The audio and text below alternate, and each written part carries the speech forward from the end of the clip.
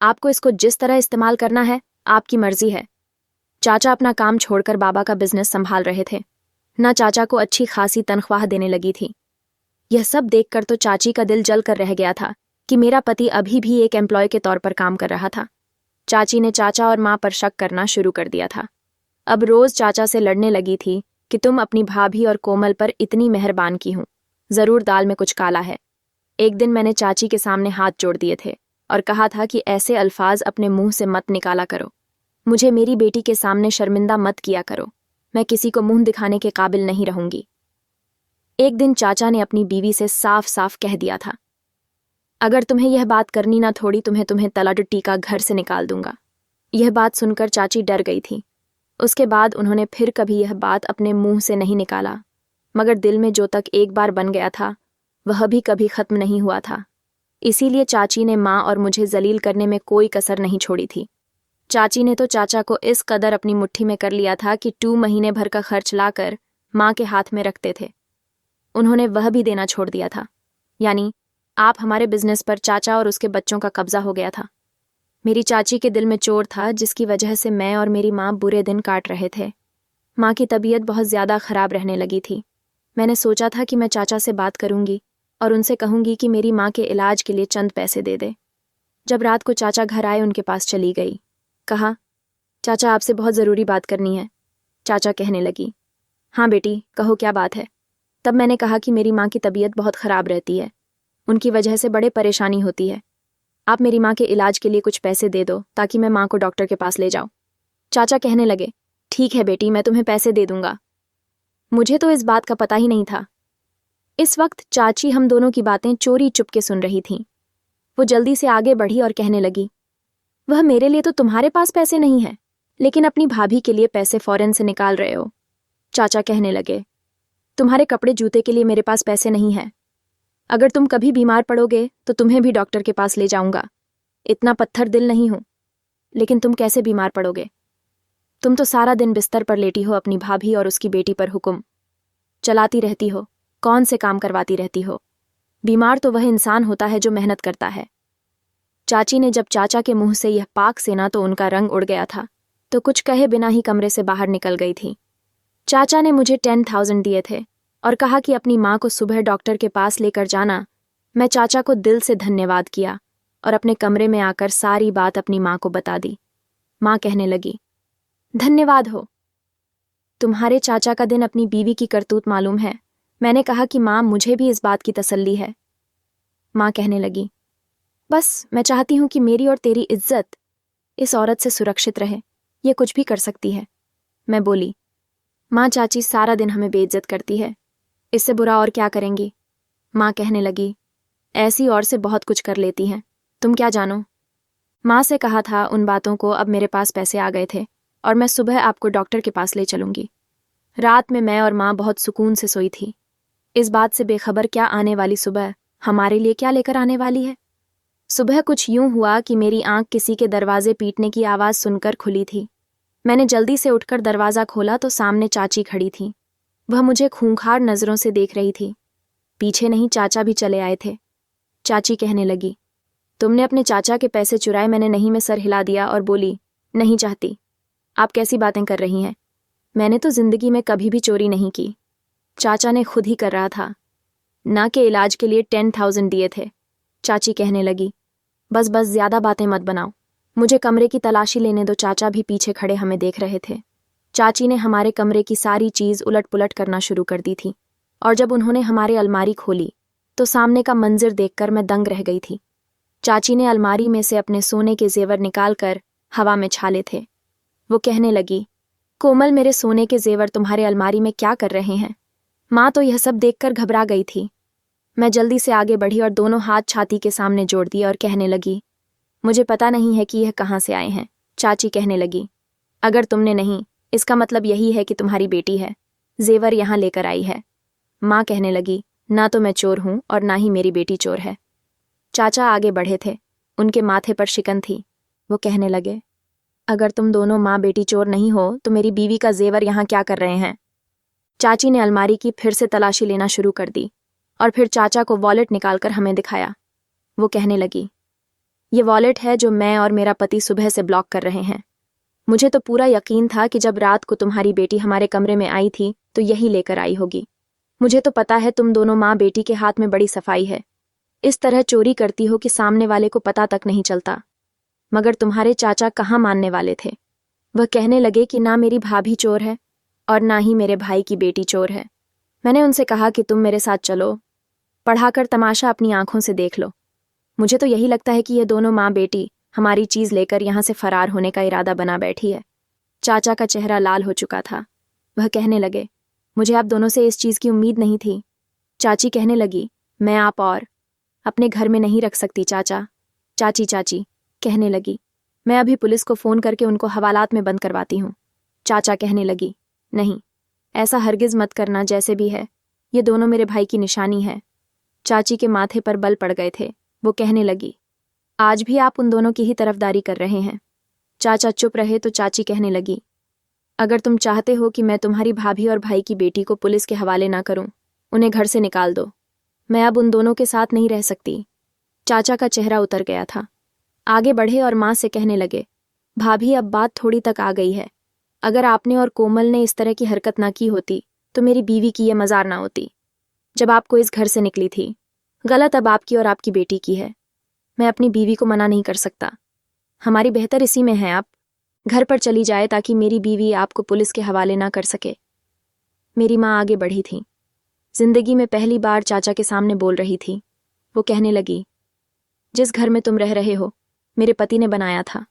एहसान फरामोशी की भी कोई हद होती है, मगर तुम तो सारी हद पार कर चुके हो। तुमने मेरे पति के घर पर कब्जा किया। तुमने मेरे पति का सारा बिजनेस अपने कब्जे में कर लिया। मैं तब भी चुप रही। तुम्हारी बीवी ने मुझे और मेरी बेटी से नौकरों की तरह रवैया रखा, हमसे पूरे घर के काम करवाएं। मैं फिर भी चुप रही, लेकिन अब बस बहुत हो गया। अगर इस घर से कोई जाएगा तो मैं और मेरी बेटी नहीं, बल्कि तुम्हारी बीवी और तुम्हारे बच्चे जाएंगे। मेरे घर से निकल जाओ। मेरी माँ की आवाज़ बहुत तेज थी, मगर चाचा कहने लगे, मैं भी आपके जैसी फैमिली में रह रही है। मैं आपके पति का बिजनेस ना संभाला होता तो क्या वह इस मुकाम पर होता, बल्कि वह कब का डूब गया होता और आप ये घर बेचने पर मजबूर हो जाती। आपके पास छत भी ना रहती। आप दोनों माँ बेटी पहले भी चोरी करती रही है। हमारा बहुत सा पैसा गायब है। यकीनन आपने चोरी किया होगा। यह बात सुनकर चाची आगे बढ़ी। उन्होंने पुलिस का नंबर मिलाया था। वह कहने लगी कि आप हमारे घर आ जाए, हमारे घर में चोर है। चाचा कहने लगे, भाभी आप तो अपनी जिंदगी गुजार चुकी है, अब अपनी बेटी का ही कुछ सोचो। मैं तो इसी में है कि आप एक घर छोड़कर चली जाए। आपको नहीं पता कि थानों में क्या सलूक होता है। चाचा ने माँ को इस कदर डराया था कि वह अपने और मेरे 2 जोड़े बैग में रखकर मुझे अपने साथ लेकर रवाना हो गई थी। मैं और माँ बैठी अंक पर पहुंच गए थे। दिल था कि गम फटा जा रहा था। दुख इस बात का नहीं था कि हमें हमारे हाथ से दूर किया जा रहा था, क्योंकि जब से बाबा मरे थे हमें कभी हमारा हक मिल ही नहीं पाया था। अब तो असली परेशानी इस बात की थी कि हमारे पास रहने के लिए कोई ठिकाना ही नहीं था। माँ कहने लगी, बेटी अब हम कहाँ जाएंगे जब से बाबा हमारी जिंदगी से गए थे। चाचा ने हमें किसी से मिलने जुलने नहीं दिया था और ना ही किसी के साथ रिश्ता रखने दिया था। अगर माँ की कोई दोस्त होती तो हम उसके घर चले जाते। यूं ही चलते चलते रात हो गई थी। अब हम अपने शहर से दूर आ गए थे, मगर कोई भी ठिकाना हमें नहीं मिला था। मैं भी खामोशी और माँ भी खामोश थी। फिर रात हो गई। मर्द हम अकेली औरतों को अजीब नज़रों से देखने लगी थी। तब माँ कहने लगी, बेटी हम क्या करें। मेरे पास कोई जवाब था ही नहीं। हम आगे पहुंचे तो हम एक घर नजर आया। माँ कहने लगी, ये जगह रात बिताने के लिए अच्छी है, सुबह हम कहीं निकल जाएंगे। मैंने कहा, ठीक है, मैं आ जाएं। हम इस घर में चलते हैं। मैं इस घर में दाखिल हो चुके थे। वहां पर कोई शख्स मौजूद नहीं था। मैं ज़मीन पर ही बैठ गई थी। माँ के आंसू निकलते जा रहे थे। वो कहने लगी, बेटी मुझे माफ़ कर दो। मेरे होते हुए तुम्हारी ज़िंदगी में ऐसे दिन आ गया है। मैं आपका कसूर नहीं है। आपको शर्मिंदा होने की ज़रूरत नहीं है। उन लोगों से हिसाब लेगा जो हमें इस हाल तक पहुंचाने की जिम्मेदार है। मैं खामोश रही थी। मैं एक दूसरे के सामने बैठे थे। डर के मारे ना तो मुझे नींद आ रही थी और ना ही माँ को मैंने महसूस किया कि मैं कुछ बेचैन सी है। कभी उठकर खड़ी हो जाती थी, कभी बैठ जाती थी। मैं आगे बढ़ी और बोली, क्या बात है? मैं थक गई है। आप क्या मान? नहीं, मैं सही लाया था और तब मैंने महसूस किया कि माँ का पूरा वजूद पसीने से लथपथ था।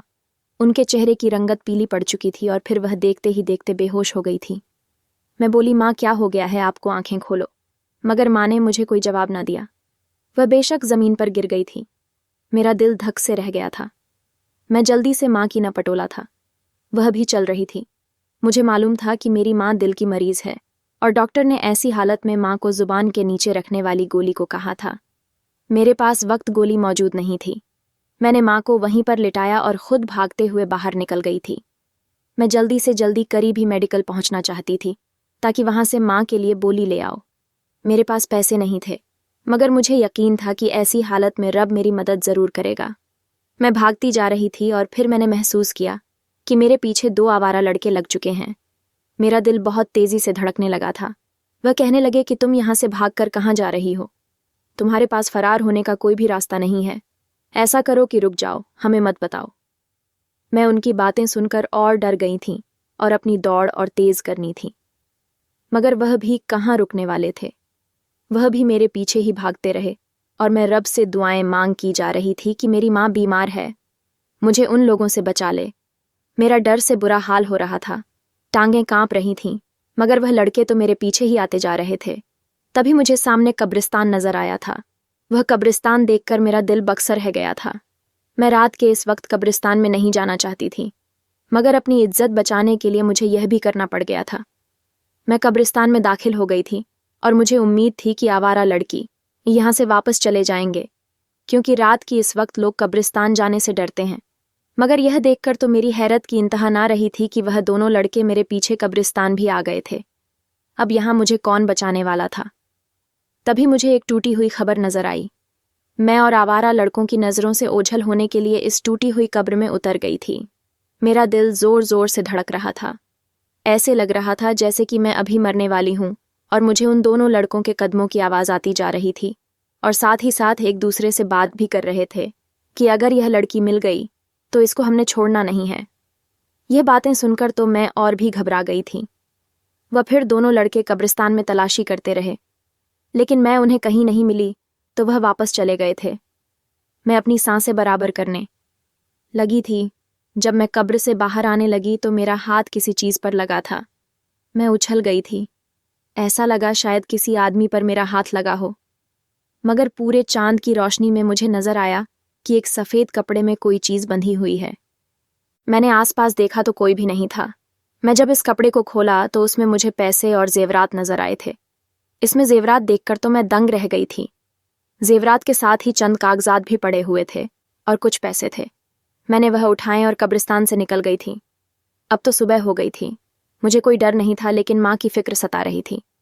मैं इसी जगह पर वापस आ गई थी जहां रात माँ को छोड़कर गई थी।